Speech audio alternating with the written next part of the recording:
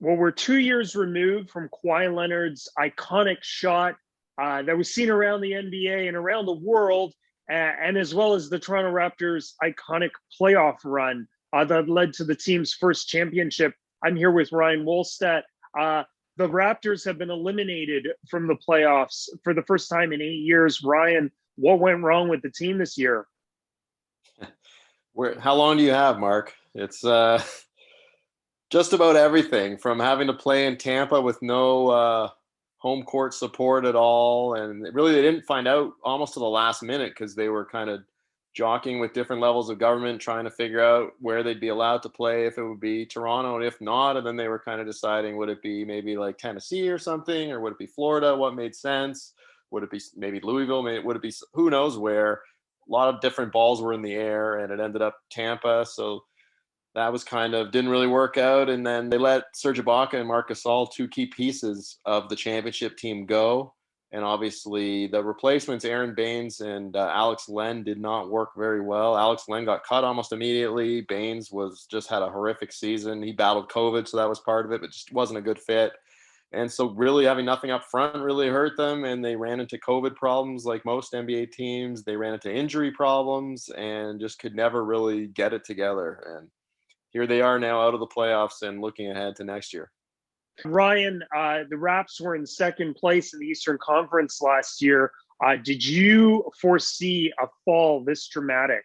No way. I mean, yeah, they were second in the entire NBA, 53 wins. Even the eventual champion Lakers had one fewer. Only Milwaukee had more, and it was a great season. They were really finding their form when everything shut down for COVID, and then when the bubble came back, they still looked okay, but they obviously took care of Brooklyn, but lost in a tough series to Boston. But they still look pretty good, and you would expect that they'd be right back in the mix this season in the East. And obviously, with all those things that went wrong, it just never happened, and they could never get rolling. They showed flashes of really being a good team when they were fully healthy, those rare times. But Pascal Siakam had a really up and down season, and just Kyle Lowry and Fred VanVleet were in and out of the lineup just so much that it just didn't look right. So I don't think nobody would have told you they thought they would be this poor this season for sure.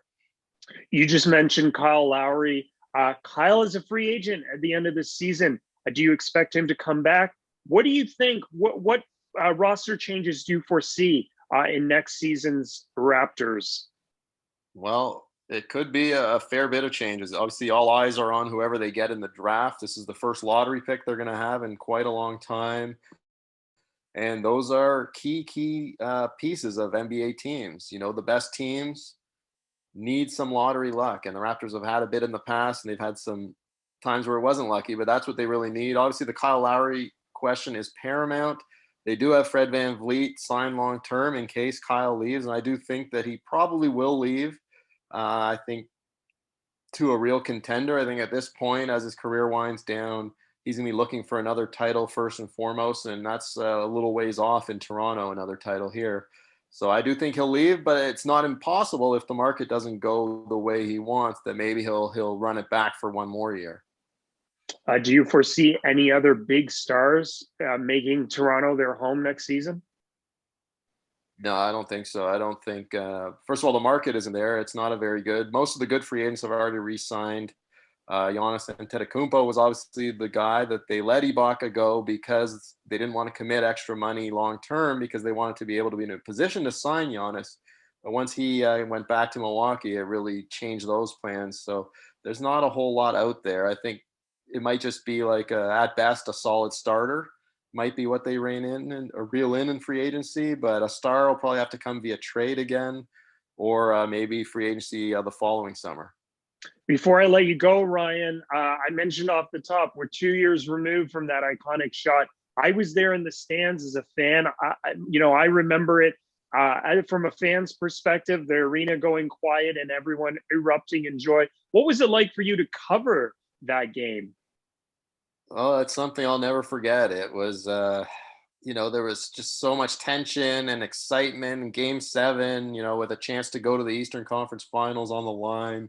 The place was absolutely buzzing, and when Kawhi was kind of heading out there, I thought, oh my God, he's going to where Vince Carter took his famous shot against Philadelphia from. Like, I can't believe this is going to happen again. And instead he actually sunk it and the place went bananas, and the rest is history. But it was, yeah, it's something I'll never forget. It was kind of hard to focus back on your writing and just be like, okay, yeah, let's snap back in and get this piece done, because it was just such a raucous atmosphere.